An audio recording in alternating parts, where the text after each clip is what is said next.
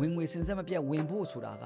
လျှို့ဝှက်ချက်လေး၃ခုစကလုံးလေး၃လုံးပါပဲတစ်ခါရောင်းရဖို့အတွက်တစ်ခါလုပ်နေရမယ်ဆိုလို့ရှိရင်မလုပ်နိုင်တဲ့နေ့အယောင်းမရှိပါဘူးအယောင်းမရှိတဲ့နေ့ဝင်ငွေမဝင်ပါဘူးလုပ်ငန်းတစ်ခုအနေနဲ့စင်ဆက်မပြတ်အမြဲတမ်းဝင်ငွေတွေရနေဖို့ဆိုတာကတော့အော်တိုပွားများကျိန်ခါစားပေါ့ဗျာစီးပွားရေးလုပ်ငန်းတစ်ခုအနေနဲ့ဝင်ငွေတွေအမြဲတမ်းဝင်နေဖို့ဆိုတာကများများစူးစမ်းရမယ်ဆိုတဲ့အကြောင်းအရာနဲ့ထပ်တူမကြပါဘူးဝင်ငွေများများဝင်ကျင်တာနဲ့များများစူးစမ်းရမယ်ဆိုတဲ့အကြောင်းအရာဒီဓာတ်ရိုက်အချိုးမကြပါဘူးဒီလိုပြောလို့လဲမစူးစမ်းရဘူးလို့လည်းကျွန်တော်တို့ဆိုလိုတာမဟုတ်ပါဘူးเนาะစူးစမ်းခြင်းဆိုတဲ့စကားလုံးနဲ့မှန်မှန်ကန်ကန်စူးစမ်းခြင်းဆိုတဲ့အကြောင်းအရာနှစ်ခုကကွာပါတယ်အင်္ဂလိပ်စကားလုံးအရဆိုလို့ရှိရင်တော့ work hard နဲ့ work smart ပေါ့ဗျာစူးစမ်းရုံတစ်ခုနဲ့တော့မလုံလောက်ပါဘူးတချို့စီးပွားရေးလုပ်ငန်းတွေအနေနဲ့ကစူးစမ်းပေမဲ့လည်းရောင်းအားနဲ့ဝင်ငွေတွေအမြဲတမ်းဝင်ချင်မှဝင်တာပါတချို့ကုမ္ပဏီတွေနဲ့လုပ်ငန်းတွေအနေနဲ့ကတော့နည်းနည်းလေးစူးစမ်းလိုက်ရုံနဲ့လည်းဝင်ငွေတွေစင်ဆက်မပြတ်ဝင်နေတယ်ပေါ့ဗျာဒါကြောင့်မို့လို့ကျွန်တော်အနေနဲ့ဒီဗီဒီယိုလေးမှာစီးပွားရေးလုပ်ငန်းတစ်ခုအနေနဲ့ကိုယ်စီမှာအမြဲတမ်းဝင်ငွေဝင်နေဖို့ဆိုတဲ့နေရာမှာလျှို့ဝှက်ချက်လေး၃ခုကိုကျွန်တော်မျှဝေတင်ပြလိုက်ရပါတယ်အဲ့တော့နံပါတ်1လျှို့ဝှက်ချက်ကစကားလုံးလေးတစ်လုံးမှာပဲ automation ဆိုတဲ့စကားလုံးလေးဖြစ်ပါတယ်စီးပွားရေးလုပ်ငန်းတစ်ခုအနေနဲ့ automation ဆိုတဲ့စကားလုံးလေးဒီအင်မတန်မှအရေးကြီးပါတယ်တစ်ခါရောင်းရဖို့အတွက်တစ်ခါလုပ်နေရမယ်ဆိုလို့ရှိရင်မလုပ်နိုင်တဲ့နေ့အယောင်းမရှိပါဘူးအယောင်းမရှိတဲ့နေ့ဝင်ငွေမဝင်ပါဘူးဒါကြောင့်မို့လို့ကိုယ့်အနေနဲ့ကစင်ဆက်မပြတ်ရောင်းနေဖို့ဆိုတာအယောင်းဒီ automation ဖြစ်နေဖို့လိုပါတယ်ရေတုံငင်လိုပါပဲကိုရေတုံငင်ဆွဲတယ်တစ်ခါဆွဲရင်တစ်ခါရေထွက်ပါတယ်ဒါပေမဲ့ခေတ်အခြေအနေမကောင်းတဲ့အချိန်အခါမကောင်းတဲ့အခါမျိုးမှာရေတုံငင်မဆွဲနိုင်တဲ့အခါမျိုးမှာရေမထွက်တော့ဘူးပေါ့ဗျာဒါကြောင့်မို့လို့ကိုယ့်ရဲ့စီးပွားရေးလုပ်ငန်းတစ်ခုဟာရေတုံငင်တစ်ခုကဲ့သို့လှုပ်ဆောင်ရမှာမျိုးမဟုတ်ဘဲနဲ့ရေဆုပ်ဆက်ကဲ့သို့လှုပ်ဆောင်ရမှာဖြစ်ပါတယ်ခလုတ်တစ်ချက်နှိပ်ယုံနဲ့ရေကစင်ဆက်မပြတ်ထွက်နေပုံပဲဆိုတဲ့အကြောင်းအရာတစ်ခုကိုကျွန်တော်တို့က automation လို့ခေါ်တယ်ပေါ့ဗျာဒါကြောင့်မို့လို့စီးပွားရေးလုပ်ငန်းတစ်ခုအနေနဲ့ရေစင်ဆက်မပြတ်ဝင်နေဖို့ဆိုတာကခလုတ်တစ်ချက်တော့နှိပ်ရပါလိမ့်မယ်အဲ့ဒီခလုတ်တစ်ချက်နှိပ်လိုက်တာနဲ့ automation လို့ခေါ်တဲ့စင်ဆက်မပြတ်လုပ်နေရမယ့်အကြောင်းအရာတွေတော့ရှိတာပေါ့ဗျာဒါကြောင့်မို့လို့လုပ်ငန်းရှင်တစ်ယောက်အနေနဲ့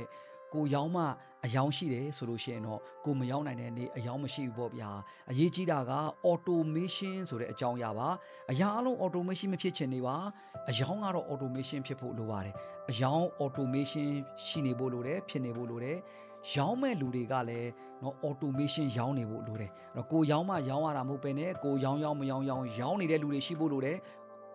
ရောင်းနေတဲ့နေရာရှိဖို့လိုတယ်ရောင်းနေတဲ့ process ရှိဖို့လိုတယ်ပေါ့ဗျာနောက်တစ်ခုကလည်းကိုကြော်ညာဒီဖြစ်စေမကြော်ညာဒီဖြစ်စေပါကိုမကြော်ညာလည်းပဲကြော်ညာမှုဒီ automation ဖြစ်နေဖို့လိုပါတယ်ဒါကြောင့်မလို့စီးပွားရေးလုပ်ငန်းတစ်ခုကိုတည်ဆောက်နေတဲ့လုပ်ငန်းရှင်တစ်ယောက်အနေနဲ့က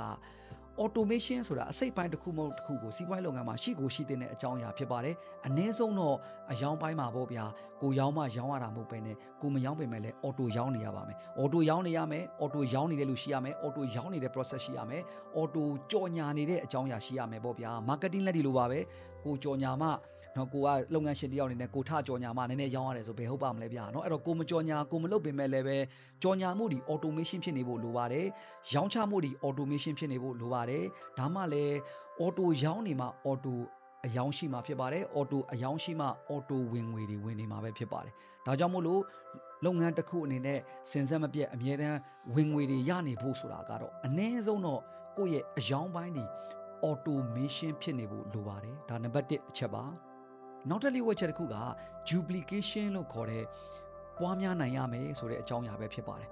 ကိုကတစ်ခါရောင်းရဖို့အတွက်တစ်ခါလုပ်နေရတယ်ဆိုမချောင်ပါဘူးကိုကတစ်ခါလုပ်ပြီးရတယ်စင်ဆက်မပြတ်ရောင်းနိုင်ဖို့ဆိုတာဒါပွားများခြင်းရဲ့အကျိုးကျေးဇူးပဲဖြစ်ပါတယ်ဥပမာအဖြစ်ကိုအနေနဲ့ရုပ်ရှင်လို့ပေါ့ဗျာနော်ရုပ်ရှင်ကားတကားကိုတစ်ခါဖန်တီးတယ်တစ်ခါပြဖို့တစ်ခါဖန်တီးနေရတယ်ဆိုလို့ရှိရင်တော့မချောင်ပါဘူးတစ်ခါဖန်တီးလိုက်တာနဲ့အချိန်ချင်းအခါ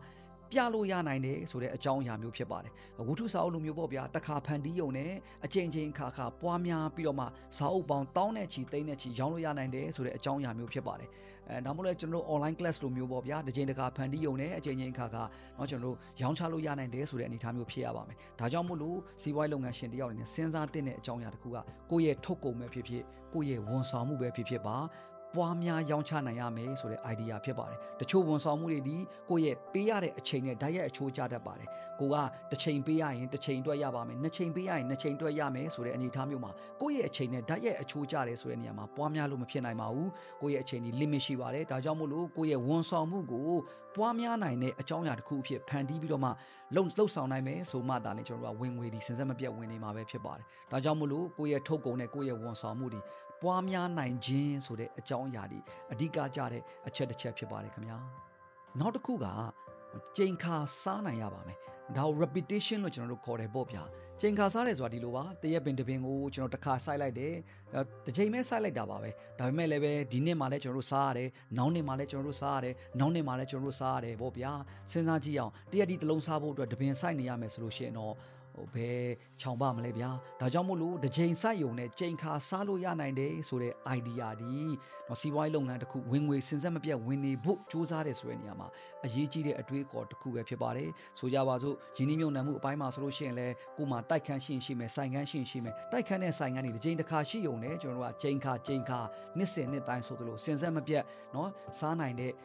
ဝင်ငွေရလမ်းကြောင်းတစ်ခုကိုဖန်တီးပေးနိုင်တယ်ဆိုတဲ့အနေအထားမျိုးမှာချိန်ခါစားနိုင်တဲ့ထုတ်ကုန်တွေကိုစဉ်းစားမယ်ချိန်ခါစားနိုင်တဲ့ဝန်ဆောင်မှုတွေကိုစဉ်းစားခြင်းအပြင်ကိုယ့်ရဲ့ဝင်ငွေဒီအချိန်ခါစားနိုင်တယ်ဆိုတဲ့အနေအထားမျိုးမှာစဉ်ဆက်မပြတ်ဝင်နေနိုင်မှာပဲဖြစ်ပါတယ်ဒါကြောင့်မို့လို့စီးပွားရေးလုပ်ငန်းတစ်ခုအနေနဲ့ဝင်ငွေစဉ်ဆက်မပြတ်ဝင်ဖို့ဆိုတာကလျှို့ဝှက်ချက်လေး၃ခုစကားလုံးလေး၃လုံးပါပဲ automation လို့ခေါ်တဲ့ autoပွားများခြင်းလို့ခေါ်တဲ့ duplication ချိန်ခါစားခြင်းလို့ခေါ်တဲ့ကျွန်တော်တို့ repetition ပေါ့ဗျာစာကြောင်းတိုလေးအနေနဲ့မှတ်နိုင်ပါတယ် auto ပွားများချိန်ခါစားပေါ့ဗျာကျေးဇူးများတင်ပါတယ်ကျွန်တော်တို့တခုခုရသွားလိမ့်မယ်လို့လည်းယုံကြည်ပါတယ်ခင်ဗျာနောက်ထပ်ဗီဒီယိုများမှာပြန်လည်ဆုံတွေ့ကြပါစို့